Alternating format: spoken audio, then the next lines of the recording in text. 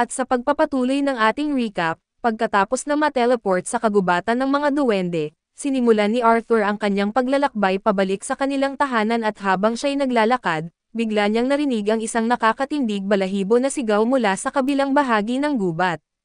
Mukhang boses ito ng isang batang babae kaya agad siyang nag-ipon ng mana sa kanyang mga paa at dali-daling tumakbo papunta roon upang tingnan kung anong nangyayari. Tumalon siya sa isang mataas na puno para magkaroon ng magandang tanaw at mula roon ay malinaw niyang nakita ang isang grupo ng mga tulisan na kinikidnap ang isang batang babae. Sinubukan nitong tumakas pero nahuli na siya ng mga tulisan at tinatakpan ang kanyang bibig para hindi na siya makasigaw. Dahil isa siyang duwende ay plano nilang ibenta siya bilang alipin sa black market kapalit ng malaking halaga sa oras na makalabas sila sa kagubatan, kaya itinatali nila ang bata at isinakay sa likod ng kanilang karwahe. Habang pinagmamasdan ito ni Arthur ay bigla niyang naalala ang insidente kung saan siya at ang kanyang pamilya ay inatake rin ng mga tulisan. Naalala niyang may binanggit ang mga tulisan noon tungkol sa pag-iwan sa kanya at sa mga babae ng kanilang grupo, para ibenta bilang mga alipin sa bandang huli at sobrang ikinagalit niya ito. Ang unang pumasok sa isip niya ay patayin ang lahat ng tulisan dahil sa nakakasuklam nilang ginawa, pero naalala niya ang payo sa kanya ni Sylvia na dapat niyang kontrolin ang kanyang galit, kaya naglaan muna siya ng sandali para mag-isip at mapakalma ang sarili.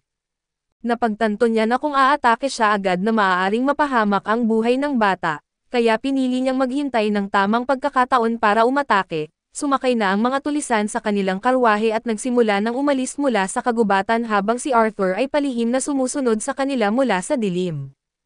Pagsapit ng gabi ay napilitan ang mga tulisan na huminto at magkampo dahil hindi na sila makakabiyahe sa dilim. Naisip ni Arthur kung susundan pa ba niya sila hanggang sa makarating sa bayan ng mga tao o kung dapat na ba siyang umatake ngayon.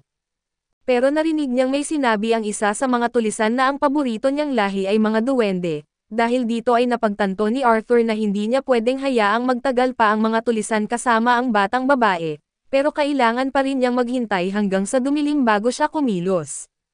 Umupo si Arthur at nagsimulang magmeditasyon bilang paghahanda sa mga kasong pagpatay na maaaring kakaharapin niya. Pagdating ng sapat na dilim ay dumidilat si Arthur at sinimulan ng pagplanuhan ang kanyang pag-atake. Napansin niyang may daladala itong grupo ng mga horn wolves at ang mga tulisan na may tali sa leeg. Nagtaka siya kung bakit sumusunod ang mga lobo sa mga tao nang walang paglaban. Nang tingnan niya ng mas malapitan ay napansin niyang may suot silang mga mahiwagang kwelyo na nagpipilit sa kanila na sumunod. Napagtanto niyang magagamit niya ito sa kanyang plano kaya naghagis siya ng ilang bato sa direksyon ng mga lobo para pabagalin sila. Nang marinig ng mga tulisan ang pag-ugong ng mga lobo, inutusan ng leader ang isa sa kanyang mga tauhan na puntahan ang mga ito at nang mapatahimik.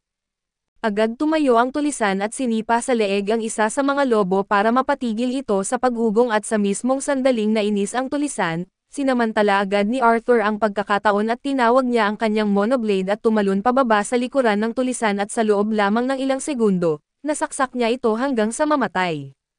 Kinuha niya ang sandata ng tulisan at nang may isa pang lumapit para alamin kung ano ang ingay, tumalon si Arthur sa likod nito at agad pinutol ang lalamunan at dalawa na agad ang napatay niya, pero ramdam na ni Arthur ang pagkapagod sa kanyang katawan kaya kailangan niyang tapusin ito ng mabilis.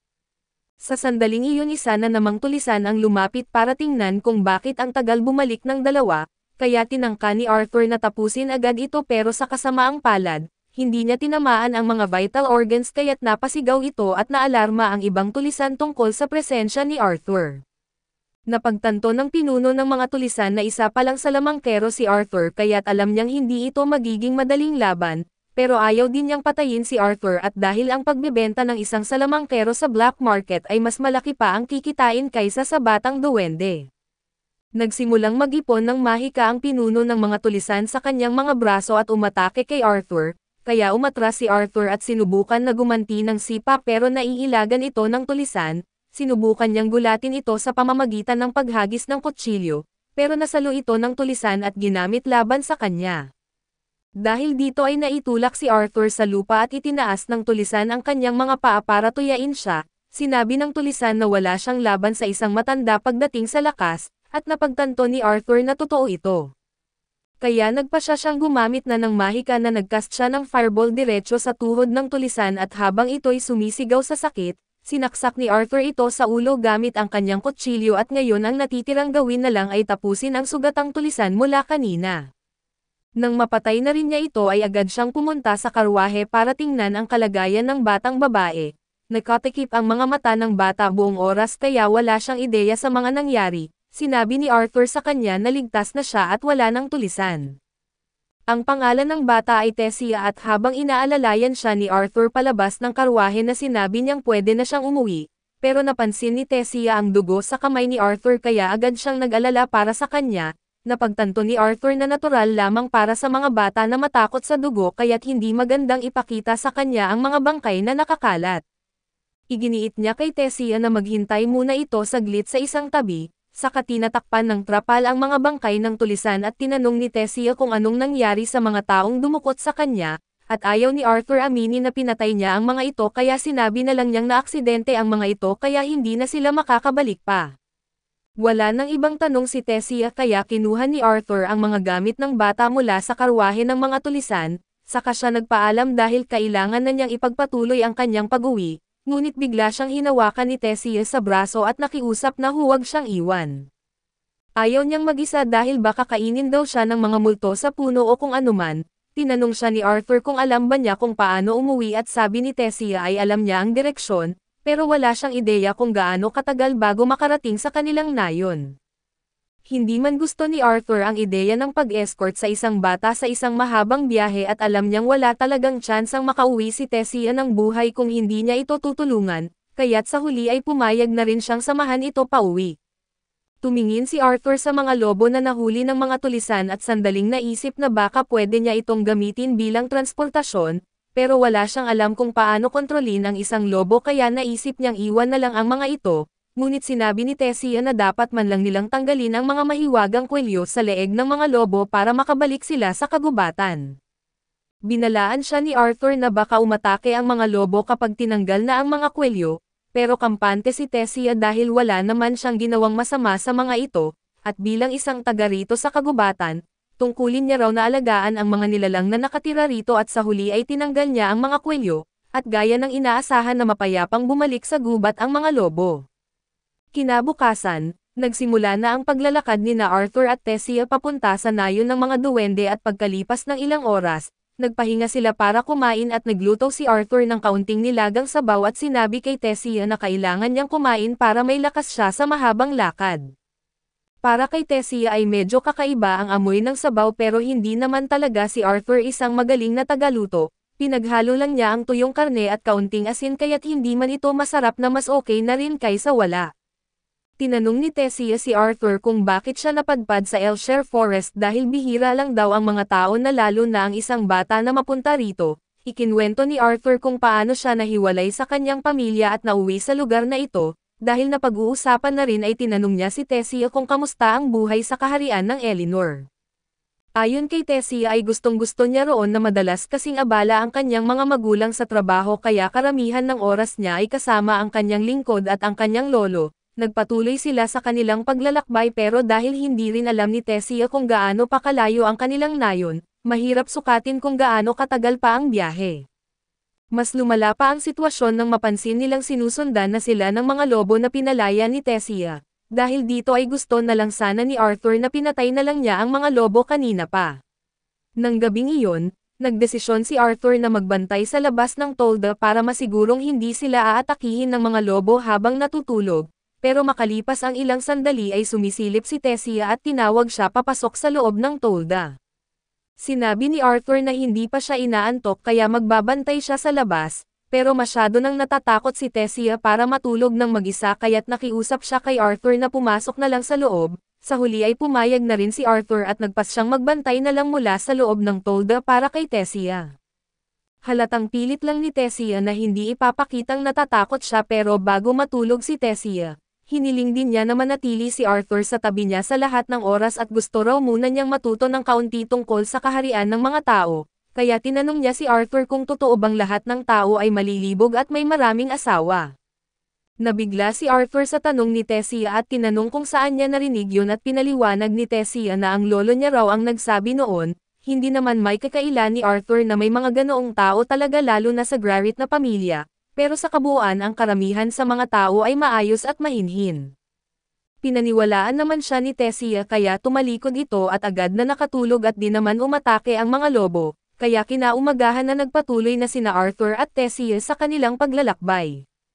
Habang tumatagal ay lalo nang nagiging komportable si Tessia kay Arthur at ngayon na medyo nakalimutan na niya ang tungkol sa mga tulisan na gustong ibenta siya, mas masayahin na siya pero kahit ganun ay talagang wala pa rin siyang alam sa mga survival skills dahil kahit sa simpleng pagtawid sa sapa, hindi niya kaya mag-isa kaya binuhat siya ni Arthur. Bigla na lang nakaramdam si Arthur ng matinding sakit sa dibdib at hindi niya alam kung ano ang nangyayari sa kanya. Agad namang tumakbo si Tessia para maghanap ng halamang gamot na makakatulong, pero si Arthur ay hindi naniniwalang karaniwang sakit lang ito. Habang nakasandal siya sa puno, biglang dumating ang lobo mula kanina at nagsimulang kinakabahan si Arthur dahil wala siyang lakas para lumaban kung sakaling umatake ito. Maya-maya ay bumalik si Tessia dala ang halamang gamot kaya agad siyang binalaan ni Arthur na lumayo dahil baka delikado ang lobo. Pero sa kanyang gulat ay iniwan lang ng lobo ang isang patay na baboy sa harap ni Arthur at saka lumakad palayo. Naguluhan si Arthur sa nangyari pero inakala ni Tessia na baka ito ay pasasalamat ng lobo sa pagtulong niya noong una. Kinagabihan ay nagkampo sila ni Tessia at masaya silang nag-roast ng karne sa tabi ng apoy. Mas masarap ito kumpara sa sabaw na niluto ni Arthur kaya todo enjoy si Tessia at habang naghahanap siya ng halamang gamot kanina, nakakita rin siya ng ilang kabute kaya inialok niya ito kay Arthur. Pero mukhang hindi dapat tinanggap ni Arthur ang kabute dahil nagkamatinding pagtatae siya matapos itong kainin. Pagkatapos niyang mailabas lahat ng laman ng tiyan niya, sobrang pagod na si Arthur at halos mawalan na siya ng malay sa antok.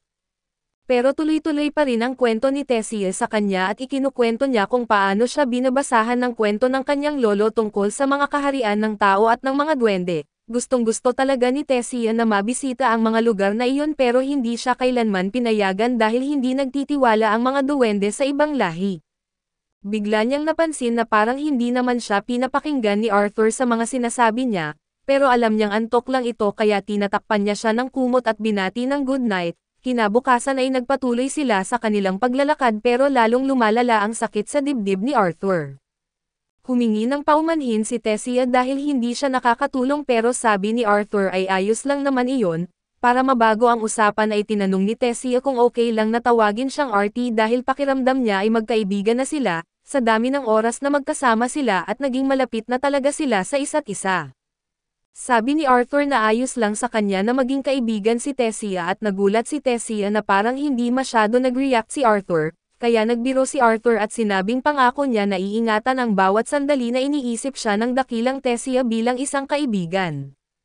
Pero naiinis si Tessia sa biro niya at sinabihan siyang tigilan ang pagiging parang bata. Natatawa si Arthur dahil siya pa ang sinasabihang childish gayong si Tessia ang umiyak at nakiusap sa kanya na huwag siyang iwan mag-isa dahil natatakot siya.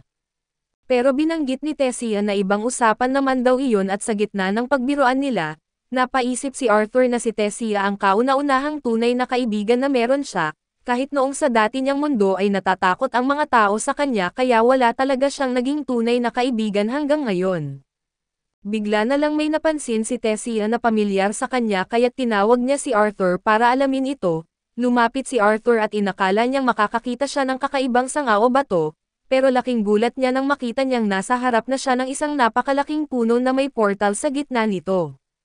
Sinabi ni Tessia kay Arthur na ito na ang pasukan papunta sa nayon ng mga duwende. Inabot niya ang kamay niya kay Arthur at sinabi na halika at ikaw ay sumama sa akin.